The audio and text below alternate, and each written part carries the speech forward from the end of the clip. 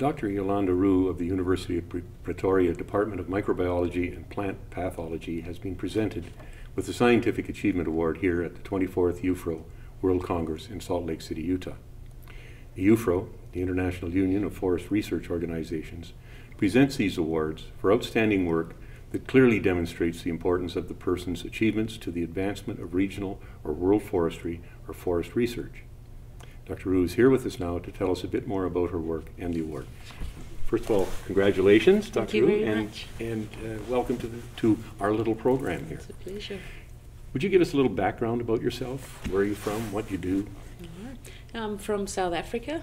Studied microbiology, but in my final year as an undergrad, I met up with one of the IUFRO members who works in forest health, and this person was just so inspiring that I changed direction right there and then from chemistry and went into biology or microbiology and started working with this person as a postgrad and still working with him. So completed my studies in South Africa, got a job as a forest extension pathologist, and from there just continued in research in forest health, specifically working with fungi and the diseases that they cause on trees.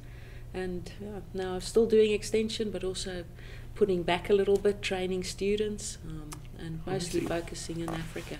Good. Now explain, for those who might not be that familiar with the terms that we use in forestry and science, explain what forest pathology really is. It's the study basically of organisms that cause disease on trees. Most of the tree pathogens are fungi, related to your bread molds and things like that.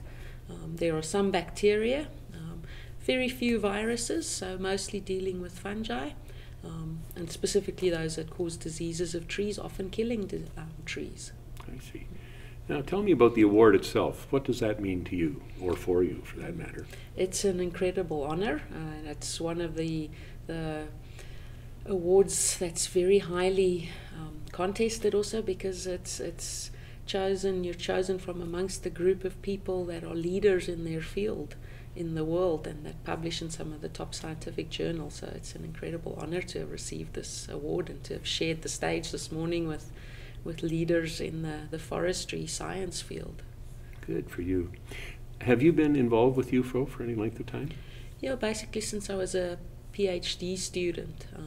My professor then, Mike Wingfield, introduced me to IUFRO, and I started attending some of the meetings, and over the years became involved in some of the working parties, and still involved in it, and now trying to introduce others to IUFRO also. So you found it a beneficial relationship then? Absolutely, and it puts you into contact with other researchers in your field, and got to meet a lot of the people that you read their articles as a student, and actually get to meet them through IUFRO and other organizations like this. Now, are there health issues that are specific to African trees? Many of the health issues are very similar globally, but we do have issues in Africa, pathogen-specific diseases on trees that have become concerning over the last few years. We also deal with the fact that a lot of our scientists end up working in other continents, so we have specific issues regarding tree health that is about capacity. We lose a lot of our young scientists that find greener pastures elsewhere just because of job opportunities, infrastructure, etc. So that makes working in tree health in Africa a bit tougher. So we lack the quarantine organizations and the quarantine regulations or enforcement of them that, for example, Australia or the US might have. So those are difficult conditions to work in. And those quarantine, is that for native diseases, invasives, both? It's for both really, because quarantine can be pre-border and post-border. And if we look at the animal health issues in a country such as South Africa, for example, if a new animal disease comes in, there's good pre- and post-border quarantine, but on the tree health side, very few people actually know about some of the pathogens and their impacts, and it's often very tough to get any action until it's too late and it's become an epidemic. Right.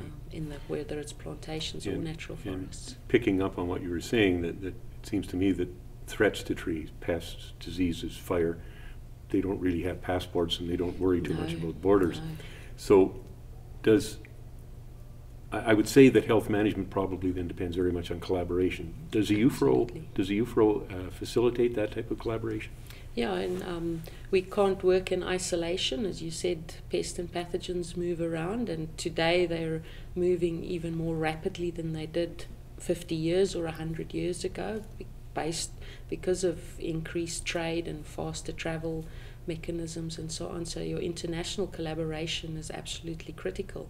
And for Africa especially so, because we often don't have the resources to do some of the fancier research, if you want to put it that way. So we really rely on our collaborators internationally also, help us not to have to reinvent the wheel, and we can share resources that way and valuable experiences. Now, on a personal level, what do you figure you would consider your major research achievement so far? So far there's been many achievements that I'm proud of and that I'm proud of being part of. A lot of the research that we do is collaborative. Yes. It's a team effort and so on. So, it's always the people involved are very special, and meeting the people and seeing students develop and colleagues develop also. But for me, I'm an explorer at heart also, so I enjoy going into new areas and finding new fungi and describing them and so on. So that's been very rewarding. But also meeting new foresters and farmers, being able to provide them with some advice as to how they can minimize the impact of a pest or a pathogen on their trees. And particularly in the African context, you often have farmers who have small woodlots, limited numbers of trees, and it really makes a difference to their lives if you can give them a solution as to how to minimize the impact of pests and diseases. Now, one last question. You're an accomplished female scientist. Do you have any advice for other young women who might want to go into that particular field? Yes, definitely. And firstly, to enjoy what they're doing and use the opportunities that you get. Be yourself. Don't try to be someone else. Don't try to be a man. That's not what it's about. But the bottom line is enjoy the experience. It's really been rewarding for me being in the field. And I always say, as a pathologist, many of the colleagues I work with, cabbages or tomatoes and things, and I would never be able to leave forestry. It's a very special community of people, and working internationally also, and with IUFRO is very special, and we make some of our best friends working in forestry. And working with organisms in some cases that have been on this planet for longer than we have is a very special experience. So you should enjoy it. Thank you very much, Dr. It's a pleasure. Enjoyed it. My pleasure entirely.